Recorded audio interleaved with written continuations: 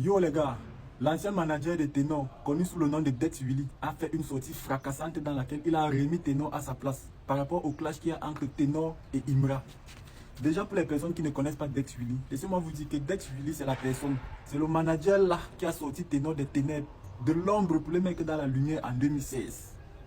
Ils ont commencé à travailler à partir du premier projet de Ténor qui était Alléluia, le son-ci. Alléluia, Alléluia. Merci Seigneur de m'éviter les embrouillards. La jalousie me suit, pardonne ces andouillards. Voilà, quelques mois plus tard, Ténor a sorti le son qu'il a fait percer qui est d'où le DAP, le son-ci. 1, 2, 3, Dieu sur le biceps, tout le monde, tout le DAP.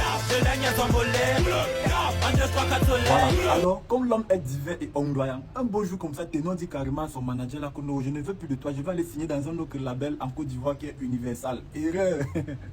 Ouais, dommage pour Ténor, la personne qui le soutenait en Côte d'Ivoire est RIP, le fait DJ Arafat, paix à son âme.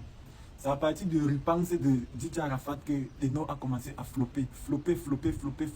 Sinon, au départ, quand Ténor avait quitté War Machine pour Universal, tout le monde savait que non, le gars a atteint son apogée. Quelques mois plus tard, on voit comment Ténor fait que flopper. Il a essayé de faire les featuring avec Didi B, qui a un peu marché, mais c'était pas trop ça. Après, boum, Ténor a disparu jusqu'à nos jours. Aujourd'hui, c'est Ténor là qui se lève pour dire à Imra que nanani nanana qui y a mot plus Didi B par rapport à la machette.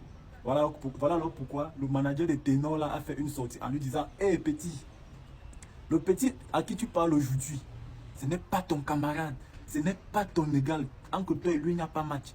Seulement le parking du petit là, c'est au moins 300 millions. Donc les voitures qu'il y a dans son parking s'élèvent au moins à un montant de 300 millions.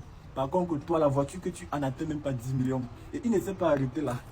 Il a aussi dit à Ténor ceci: moi, Dex Willy, j'ai essayé de contacter le petit Imra. Je lui ai fait une proposition pour un cachet de 40 millions.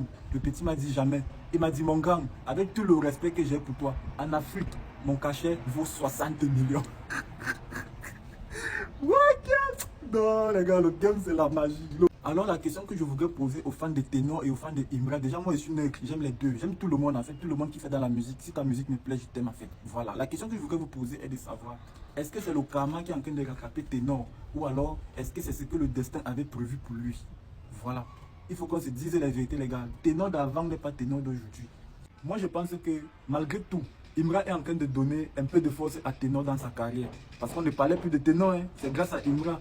Seulement le simple fait que Imra réponde à ses pics fait en sorte qu'on parle de lui à nouveau. Et ça lui donne encore un peu de lumière, vous voyez un peu.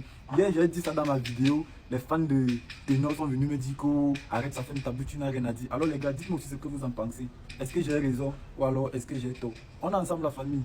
Ici c'était Kevin, le tarot, le schématiseur. Ici on met le feu.